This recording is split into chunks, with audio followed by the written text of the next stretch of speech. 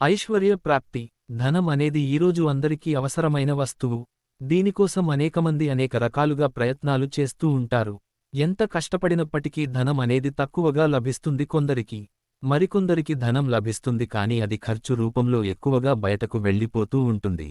అంటే లక్ష్మీదేవి స్థిర నివాసం లేదని చెప్పుకోవాలి. తంత్రశాస్త్రంలో దీనికి మంచి పరిహారం ఉంది. తక్కువ శ్రమ ఎక్కువ లాభంతో కూడిన పనులు కొన్ని ఉంటాయి. అదే విధంగా భగవంతుడు అనుగ్రహం తొందరగా కలగాలి అంటే దానికి కొన్ని ప్రత్యేకమైన మార్గాలు ఉంటాయి.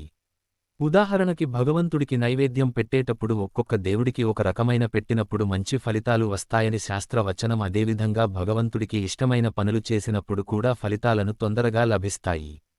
ఉదాహరణకు ధనం పెరగాలి లేదా వ్యాపారం పెరగాలి, అప్పులు తీరిపోవాలి, ఇటువంటి వాటికి గవ్వలతో ఒక పరిహారం చేయవచ్చు. ఈ పరిహారం మంగళవారం కానీ శుక్రవారం కానీ లేదా ఏదైనా పౌర్ణమి నాడు గాని చేయవలసి ఉంటుంది. 5 కానీ 8 కానీ 11 కానీ గవ్వలు పసుపు రంగువి తీసుకుని వీటిని ఆవు పాలతో కడిగి శుభ్రంగా తుడిచి వాటికి పసుపు కుంకుమ బొట్లు పెట్టి ఒక వెండి పళ్ళెంలో కానీ రాగి పళ్ళెంలో కానీ ఉంచి మీ ఇంట్లో లక్ష్మీదేవి ఫోటో పక్కన ఉంచండి. అమ్మవారికి పువ్వులతో అష్టోత్తర శతనామావళి 108 మంత్రాలుతో లక్ష్మీదేవి ఫోటోకి పక్కన ఉన్న గవ్వలకి పూజ చేయండి. పూజ పూర్తి అయిన తర్వాత ఆ గవ్వలను ఒక తెలుపురంగు వస్త్రంలో మూట కట్టి మీ ఇంట్లో డబ్బులు పెట్టే బీరువాలో కానీ వ్యాపారం అయితే క్యాష్ బాక్స్లో కానీ ఉంచండి. దీనివలన ధనం పెరుగుతుంది, ఆదాయం పెరుగుతుంది, వ్యాపారం బాగుంటుంది, తొందరగా రుణాలు తీరతాయి. లక్ష్మీదేవి ఇంట్లో స్థిర నివాసం ఏర్పరచుకొనడానికి మరికొన్ని చిన్న చిన్న విధివిధానాలు కూడా పాటించండి.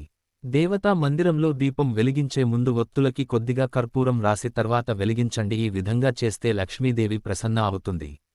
ప్రతిరోజు పూజ ముగించిన తర్వాత హారతి ఇచ్చే సమయంలో చేతిలో పువ్వులు కూడా పెట్టుకుని హారతి ఇవ్వండి. ఈ విధంగా చేయడం వలన లక్ష్మీదేవి స్థిర నివాసం ఏర్పరచుకుంటుంది.